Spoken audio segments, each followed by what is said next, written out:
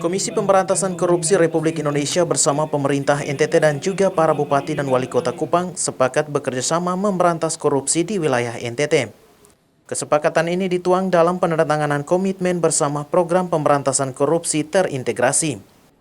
Wakil Gubernur NTT Yosef Adrianus Naisoy mengatakan, pemerintah Provinsi NTT berkomitmen untuk memberantas praktek korupsi di lingkungan Pemprov NTT.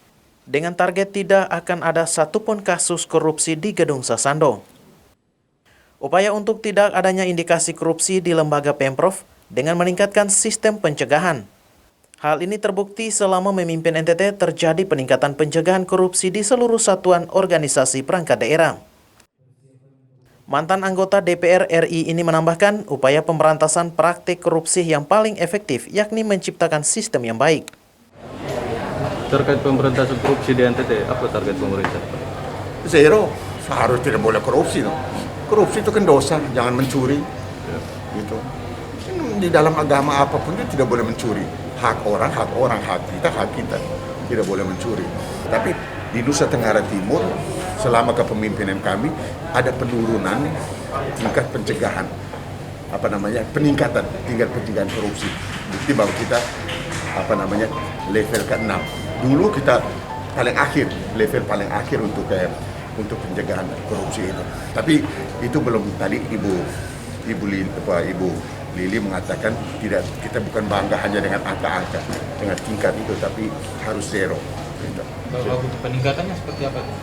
Ya peningkatannya coba kamu lihat, tidak ada yang tidak sistemnya, APIP ada, kemudian SOP-nya jelas, sistemnya ada, begitu pokir harus masuk dalam kerangka. Jadi kita harus menciptakan sistem supaya orang tidak deviasi. Gitu.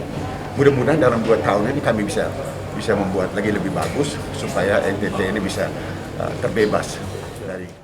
Ketua DPRD Kabupaten Alor Eni Anggrek mengingatkan pemerintah Kabupaten Alor dan juga anggota DPRD Kabupaten Alor untuk selalu berhati-hati agar tidak tersandung kasus korupsi. Politisi PDIP Alor ini mengajak seluruh jajaran untuk bergandengan tangan dalam memajukan NTT, terutama Kabupaten Alor. Berikan apresiasi dan penghargaan yang tinggi kepada KPK, yang mana hari ini kami diberi kesempatan beberapa materi untuk memberantas korupsi di Indonesia, khususnya NTT. Jadi kepada kami, baik Pak Bupati maupun DPR, kami lebih hati-hati sesuai dengan materi yang tadi diberikan kepada kami, sehingga dalam menjalankan tugas dan fungsi kami sebagai Ketua DPR ataupun Bupati untuk kepentingan dan kesejahteraan rakyat itu yang diutamakan, dan kami harus menjalankan sesuai dengan aturan dan mekanisme yang benar begitu. Jadi sehingga Deputi Koordinasi dan Supervisi KPK RI Yudawan mengingatkan pemerintah provinsi maupun kabupaten kota untuk selalu berhati-hati dalam mengelola keuangan daerah agar tidak terjadi adanya indikasi korupsi yang berdampak hukum. Yang pertama diduduki oleh Provinsi Jawa Barat. Sementara dari data KPK dari tahun 2004 sampai dengan tahun 2020. Dan ini kita harapkan jangan sampai ada terjadi tidak bisa korupsi yang ada di NTT.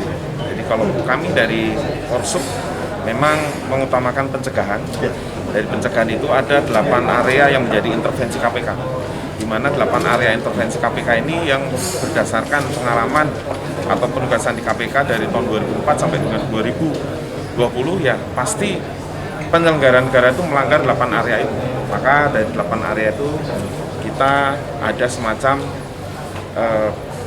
dicek satu persatu, yaitu mulai dari perencanaan penganggaran, perizinan, kemudian pengadaan barang dan jasa, kemudian manajemen aset, manajemen ASN, aparatur sipil negara, kemudian optimalisasi penerimaan pajak, kemudian tata kelola dana desa. Nah, dari semua 8 area itu, sertifikasi penerbitan dan pemulihan aset implementasi Patris Laiskodat, AFB TV melaporkan.